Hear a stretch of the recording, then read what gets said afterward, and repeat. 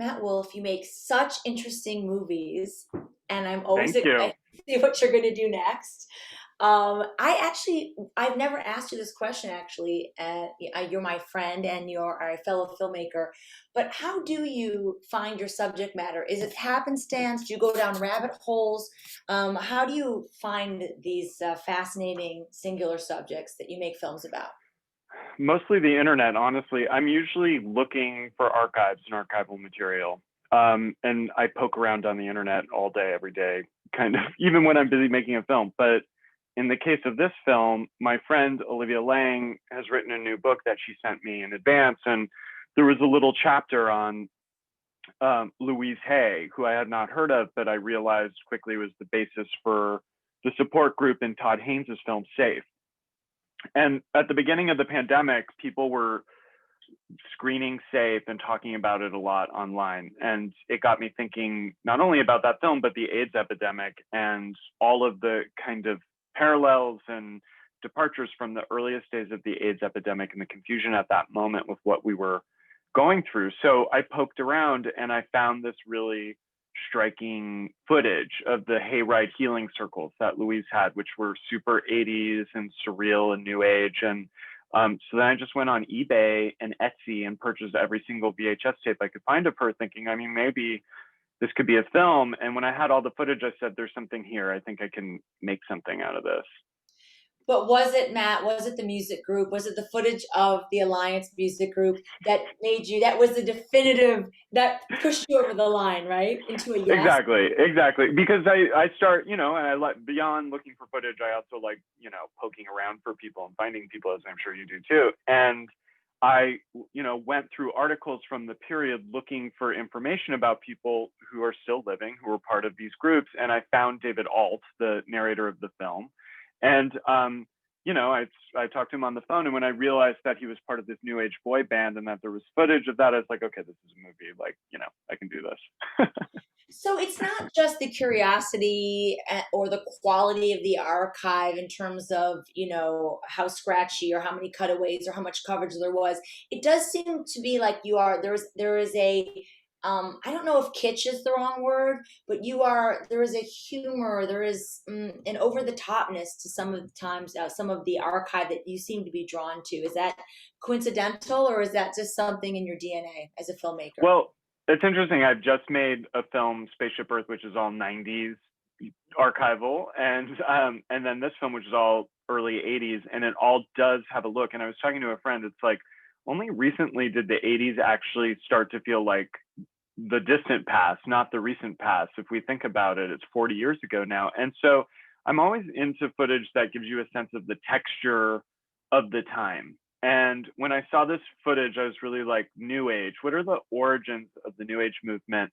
And that whole patina of kind of, pastels and salmon and mint and pink and fuzzy VHS. And it was surprising to me in a way that the earliest days of the AIDS epidemic were really dovetails with the kind of rise of New Age and self help culture. I had never known that. So, I've made a lot of films that deal with the history of the AIDS epidemic or artists who died prematurely of it. So it's this time period I get really focused on, but that whole New Age aesthetic, which is kind of campy, I never connected it to this moment that I've had interest in for other reasons.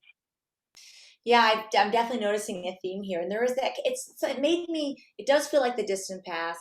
There's something feels, and I'm sure it's just in my brain, but something that feels innocent. Maybe it's just the caftans and the square shoulders and the pastels, but something about it does seem kind of quaint. Even though, of course, there was massive problems, and there's nothing funny or quaint about the AIDS epidemic whatsoever. But somehow seeing it from where we're living now, something about it it's very evocative.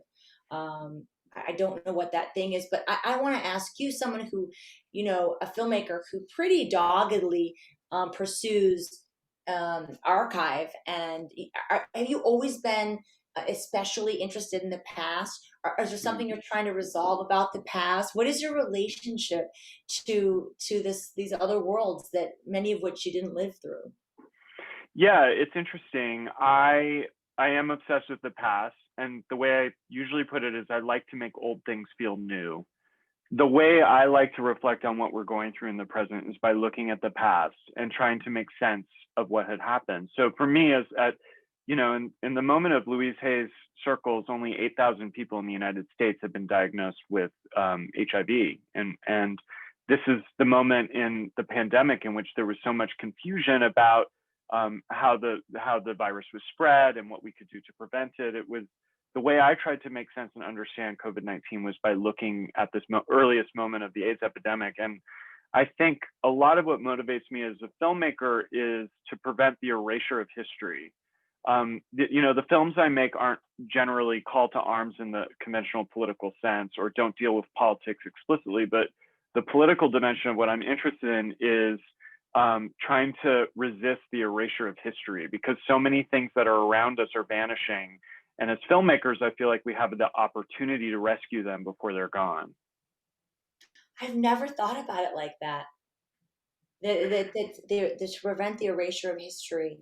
Um, There's an expiration date on so many stories too. I mean, there are amazing stories unfolding in the present, but there's so many legacies or individuals who have amazing, incredible stories who, will die.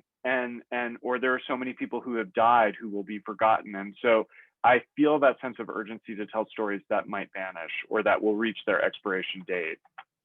it's interesting. It's like you're almost chasing soon to be extinct creatures. I mean, the way you describe it is sort of with an urgency. I've never thought about that way.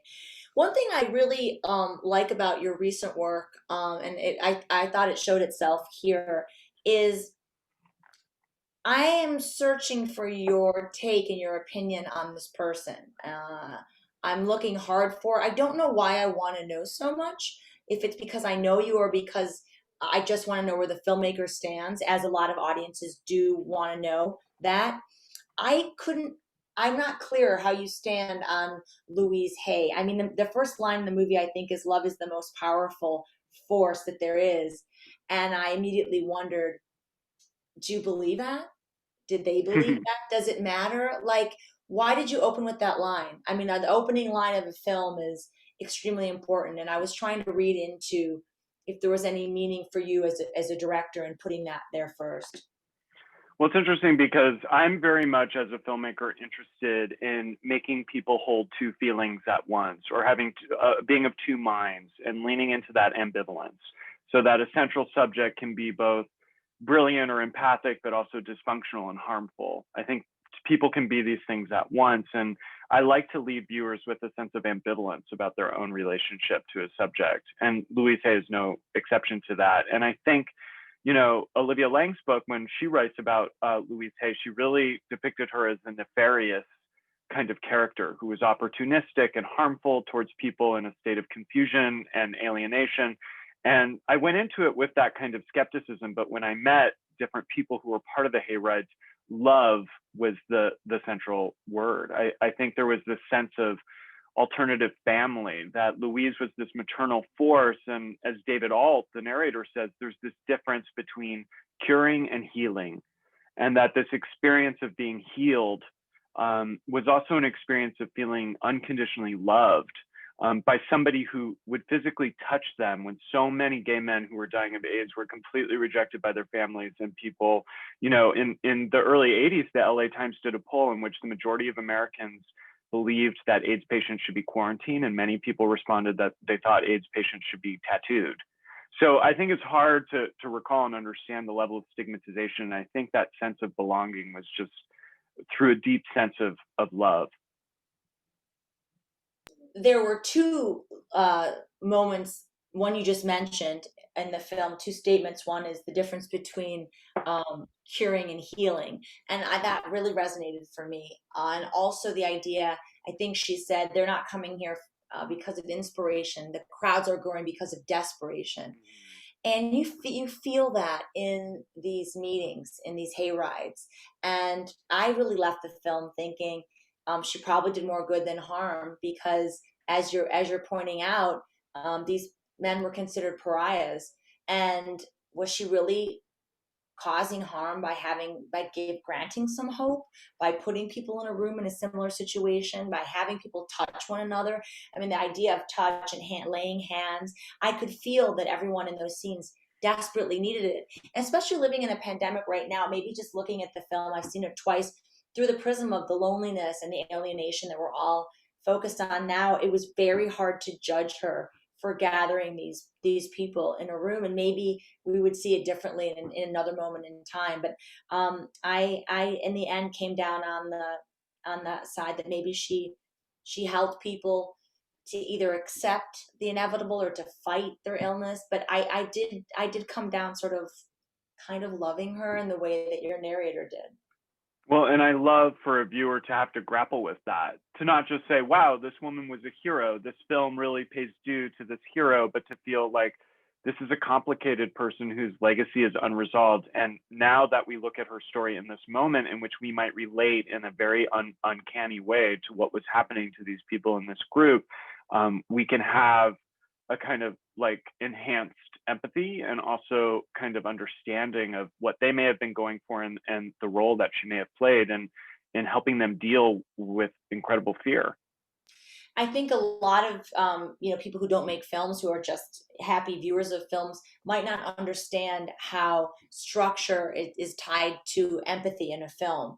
How where the placement of a moment or a line or a scene can move you towards or against someone.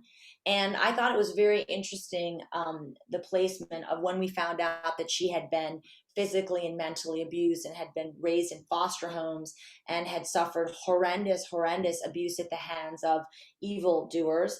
And I wanted to ask you about how you chose to handle that material, how important you thought it was, and just sort of where you kind of deliver that information to us. Because in that moment, for me, she earned the right to talk about Hmm. pain to those men, really only there. Yeah, and I think when you enter the film and you see these kind of bizarre healing circles, you hold it from a distance. It seems bizarre and woo-woo, and when men are talking about how they're going to be cured of AIDS, it's disconcerting. And I think I wanted at a certain moment to flip your perception of this subject, as to someone who was connecting to these men through a shared experience of trauma, and to really reframe the underlying experience of all of these people as being an active form of trauma that she was connecting to. And so, yeah, I think you're right. It's the exact timing and use of words, on such a tiny level, calibrate your relationship to a subject. And it was right at that moment in which I wanted to fold in more information about this character so that we might understand where she's coming from and begin to empathize with her instead of judge her. I thought that worked really beautifully, and I thought that was it was excellent craftsmanship. How you deliver that information. You also made a choice to not show us David All, the narrator, ever in the present day. I'm curious about that decision. Was that always your decision from the beginning to not give us a glimpse of what he looks like now and who he is now? Yeah, and I mean, something that's true is that I make short films between every feature film or large project that I do, and I tend to do it by myself, and it is a bit of a like brain cleanse kind of ritual I do, and a way to really craft something on my own terms. And every short film I've made, for the most part, is driven by a disembodied voiceover and a lot of archival material. They all take a kind of similar form. And so going into this, I kind of wanted to just use that model that I've started to do over and over again. And I'm starting to just enjoy like moving around that container that I use. And I also wanted him to feel like a narrator. As much as we kind of learn things about him and understand his unique point of view, I wanted him to speak for all of these men. Probably 90% of the men who you see in this archival footage are dead. So I felt like I wanted you both to feel his individuality, but for him to speak more universally as well. Yeah, most of those men didn't make it. I mean, that beautiful blonde man who breaks down in the red checkered shirt. I thought, man, he's been preserved in this moment. It's this beautiful specimen, this beautiful young person brimming with all this possibility. And to think that he was felled by this. I mean, it really, the emotion under the layers here are extremely provocative. And on second viewing, I especially felt it. Did you try the mirror test? I haven't tried the mirror test. We should all do a little bit of that. But it is, if you've seen Todd Haynes' film Safe, that's the last scene as she goes, Julianne Moore stands at a mirror and says, I love you. And it cuts to black. And there's something just so sad about it. But, speaking to David Alt about it, he said it was so hard to do. And I think that's really interesting. I would feel embarrassed in a way to look at myself and say, I love you. And I think there's a defensiveness around doing something like that. But he said it was just so hard to do. And I think that's telling just about, particularly at that moment, the self-loathing that people contend with and how difficult it is to be nurturing of oneself when you're in pain. And so, no, I've never done it. And I think I would have a really hard time doing it. I think every great film has at least one moment in it where it forces the audience to ask themselves, "What would I do?" Mm, I always try to do it in my films, fiction or that's non-fiction, interesting. Yeah. and that was the moment for me. What do you mean? What would you do? How would I feel doing that in front of all of those people? What would I say to myself? Would I hate doing this? Would I be humiliated and embarrassed and full of self-loathing? And would I be able to do that in front of all of those people? For me, in your movie, that was the moment. And then I started to ask myself, but why? Why Yeah. did everyone like in the Donahue show like titter with embarrassment and say, I love you and have to say it as a joke? That was extremely telling to me about, I don't know if it's human nature or just being American and self-critical.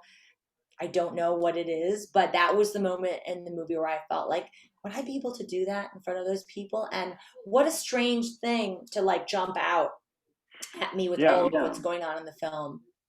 I think there's a lot of stuff about the film that makes me uncomfortable. There's a lot of stuff in the material that I find uncomfortable. I think some of the things she says about the power of positive thinking affecting your health, her claim that she cured herself of cancer, those things make me really uncomfortable. But I also think that there's things that make me uncomfortable because of the level of emotional intimacy and intensity that those people were expressing in a time of desperation. They were so sincere. They were Yeah. trying so hard, and it's like very hard to, it's very uncomfortable. And it's very hard. It's very easy to be cynical. And I think eliminating cynicism from an experience of watching is very difficult. And I found myself also contending with my own cynicism. And that push pull was happened to me during the film, which is extremely powerful. You mentioned that you do short films in between your features as a palate cleanser. I wonder if you could just talk to me about how you approach short form differently than features, and what is this habit you have of doing shorts? I barely ever do any, so I'm curious about those who pursue them like you do. I think there's so many ideas that aren't meant to be feature-length films. Unfortunately, unfortunately, a lot of these small ideas become feature-length films. But I think there's something, I think as filmmakers, we're often forced into this track of thinking that bigger is better. Like, let's get a bigger audience, let's work at a bigger budget and a bigger scale. And I think it's always really important to recognize the power of small, of thinking on really small and intimate terms. No matter how much I scale up my filmmaking, I always want to retain the ability to work in really small and immediate ways.